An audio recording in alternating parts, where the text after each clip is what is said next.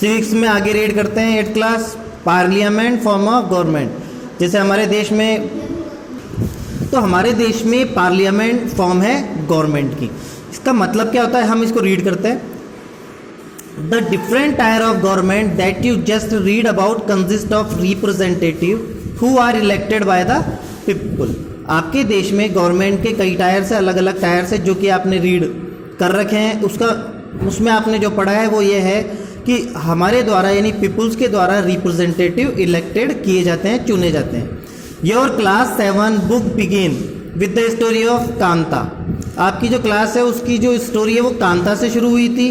Who was standing in the line to vote during an election, जो कि vote देने के लिए वोटिंग लाइन में खड़ी हुई थी। Constitution of India guarantees universal adult suffrage for all citizen. हमारा जो देश का कानून है वो हमें ये गारंटी देता है कि हम सबको हमारे मत का अधिकार करने का अधिकार होना चाहिए। When they were making the constitution, जब वे लोग कानून बनाते हैं, the member of the constitution assembly felt that the freedom struggle had prepared the masses for universal adult suffrage. तो उस टाइम पर यह देखा गया कि असेंबली ने ये फील किया कि फ्रीडम स्ट्रगल के दौरान फॉर यूनिवर्सल एडल्ट सफरेज और लोगों के लिए मताधिकार का, तो ये कहना चाहता है कि स्वतंत्रता आंदोलन के दौरान हमारे लोगों में लोकतंत्र दिमाग में घुस गया। वो राजा या जो अंग्रेजों द्वारा जैसे राज किया जाता था वो उसका विरोध करने लगे और अपना मताधिकार उन्हें प्राप्त होने लगा। That this would help encourage a democratic mindset and break the clutches of traditional caste, class and gender hierarchies. तो जब लोगों के दिमाग में ये सारी चीज़ें आई तो वो एनकरेज होने लगे, उनका माइंडसेट होने लगा कि लोकतंत्र बेटर है, और उनके जो पुराने रीति रिवाज या परंपराएं थी वो भी जो झूठी थी वो तोड़ी जाने लगी। जैसे ट्रेडिशनल आपके कास्ट के तौर पे आपको देखा जाना, आपकी क्या क्लास है, आप अमीर हैं या गरीब है, या फिर आपका क्या जेंडर है, उस हिसाब, तो उस अंतर को खत्म करना। This mean that the people of India have a direct role in electing their representative. इसलिए हमारे लोगों को ये अधिकार मिला कि वो अपना रिप्रेजेंटेटिव डायरेक्ट चुन सकते हैं। Also every citizen of the country irrespective of his her social background, और इससे वो अपना सोशल बैकग्राउंड भी एवरी सिटीजन का जिसका खुद का एक सोशल बैकग्राउंड होता है, can also contest in election, वो भी इस इलेक्शन में पार्ट कर सकता है, खड़ा हो सकता है। These representative are accountable to the people, और ये जो भी रिप्रेजेंटेटिव होगा वो जवाबदेह होता है लोगों को। You will read more about why representation is crucial to democratic functioning in unit 2 of this book. आप यूनिट 2 में ये पढ़ेंगे कि जो डेमोक्रेटिक फंक्शनिंग नहीं थी और उससे पहले जो रिप्रेजेंटेशन था वो कैसे गलत है या कैसे क्रूशियल थी। नेक्स्ट टॉपिक आता है आपका separation of power. According to the separation of power का मतलब होता है ताकत को बांटना। अकॉर्डिंग टू द कॉन्स्टिट्यूशन, हमारे कानून के अनुसार, there are 3 organ of government. हमारे गवर्नमेंट के 3 लेवल हैं, 3 ऑर्गन हैं। दीज आर द लेजिस्लेचर, जिसमें फर्स्ट लेजिस्लेचर है, द एग्जीक्यूटिव सेकंड एग्जीक्यूटिव है, एंड थर्ड है जुडिशरी, न्यायपालिका। The legislature refer to our elected representative. Legislature में आपका चुना हुआ प्रतिनिधि आता है यानी रिप्रेजेंटेटिव आता है। The executive in a small group of people who are responsible for implementing law and running the government.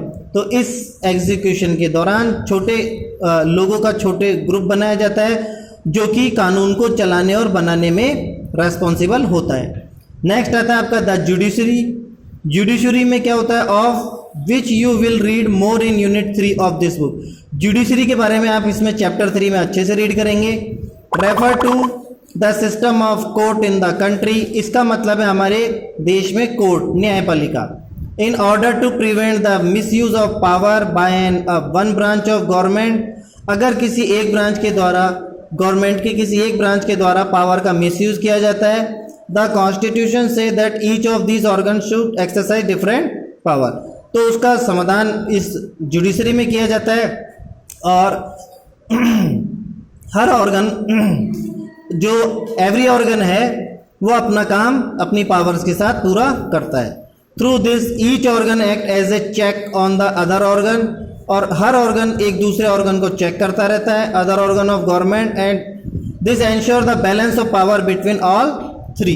और ये भी डिसाइड किया जाता है कि उन तीनों के बीच में जो पावर है उसका बैलेंस बना हुआ है। नेक्स्ट टॉपिक है आपका फंडामेंटल राइट्स, आपके अधिकार। तो यहाँ पे कुछ आपको आपके अधिकार दिए हुए हैं, टोटल 5 है। फर्स्ट आपको बताता हूँ, राइट टू इक्वलिटी, समानता का अधिकार, राइट टू फ्रीडम, स्वतंत्रता का अधिकार, राइट अगेंस्ट एक्सप्लॉइशन, विरोध करने का अधिकार, राइट टू फ्रीडम और रिलीजन, अपने धर्म का अधिकार, कल्चरल एंड एजुकेशनल राइट्स, आपको संस्कृति और शिक्षा का अधिकार, राइट टू कॉन्स्टिट्यूशनल रेमेडीज, और आपको कानून की के ज्ञान का भी अधिकार। ये सब आप इसको डेप्थ में रीड करेंगे यहाँ पे, ये बहुत ज़्यादा इंपॉर्टेंट है, आपको भी ये सब पता होना चाहिए ताकि कोई भी आपके पावर्स का मिसयूज ना कर सके। नेक्स्ट आता है आपका fundamental right. The section of fundamental right has often been refer to as the conscience of the Indian constitution. ये आपको कंसाइज करके बताया गया है कि आपको कौन कौन से अधिकार मिलने चाहिए हमारे भारतीय कानून के अनुसार।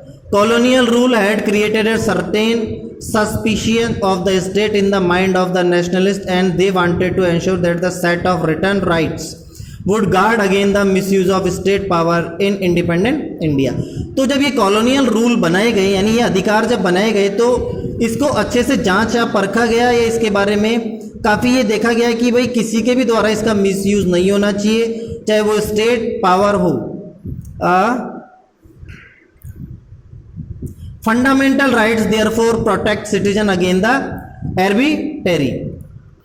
तो फंडामेंटल राइट से आपको हमारे आर्बिट्रेरी का मतलब है किसी एक का निर्णय या फिर कोई फिक्स चीज। इसका मतलब ये होता है कि किसी एक के किसी मान लो एक ने कोई फैसला सुना दिया तो आपको फंडामेंटल राइट्स उससे बचाव का मौका देते हैं। An absolute exercise of power by the state, और स्टेट की पावर को अच्छे से एक्सरसाइज यानी काम में लेने का मौका देते हैं। The constitution thus guarantees the rights of individual against the state as well the against other individual. तो ये हमारा कानून हमें ये गारंटी देता है कि हमारी सरकार या हमारी स्टेट गवर्नमेंट को जो राइट्स मिले हैं या जो हमें राइट्स मिले हैं उनके अधिकारों की रक्षा हो सके। More over the various minority community also express the need for the constitution to include right that would protect their group। और हमारे देश में कई कम्युनिटीज़ भी है जिन्हें इस प्रकार के अधिकारों की ज़रूरत थी। The constitution therefore also guarantees the right of minorities against the majority। और जो मेजोरिटी लोगों की, जहाँ मेजोरिटी थी और जहाँ माइनॉरिटी काफ़ी कम होते तो उन्हें वहाँ पे दबाया जाता है, उनके साथ अत्याचार किया जाता है। तो इसके लिए भी हमारे कॉन्स्टिट्यूशन में अधिकार बनाए गए हैं। As Dr. Bhimrao Ambedkar has said about these fundamental rights, their object is twofold। तो जो डॉक्टर भीमराव अंबेडकर है उनके द्वारा ये फंडामेंटल राइट्स दिए गए हैं। Their object is two fold, इसके दो ऑब्जेक्ट्स हैं, मतलब टू फोल्ड में है। The first objective is that every citizen must be in a position to claim those rights. तो इसका पहला ऑब्जेक्टिव, पहला जो इसका लक्ष्य है वो तो ये है कि सभी सिटीजन को अपने अधिकारों का यूज़ करने का अधिकार होना चाहिए। एंड सेकंड क्या है, these right must be binding upon every authority that has got the power to make law. और ये सारे राइट्स जो है वो किसी एक अथॉरिटी पे नहीं, कंप्लीट पे होने चाहिए, और उनकी जो भी उनकी पावर्स है उसके ऊपर कानून भी बनाए जाने चाहिए ताकि उसका मिसयूज नहीं किया जा सके। In addition to fundamental right, the constitution also has a section called directive principle of state policy.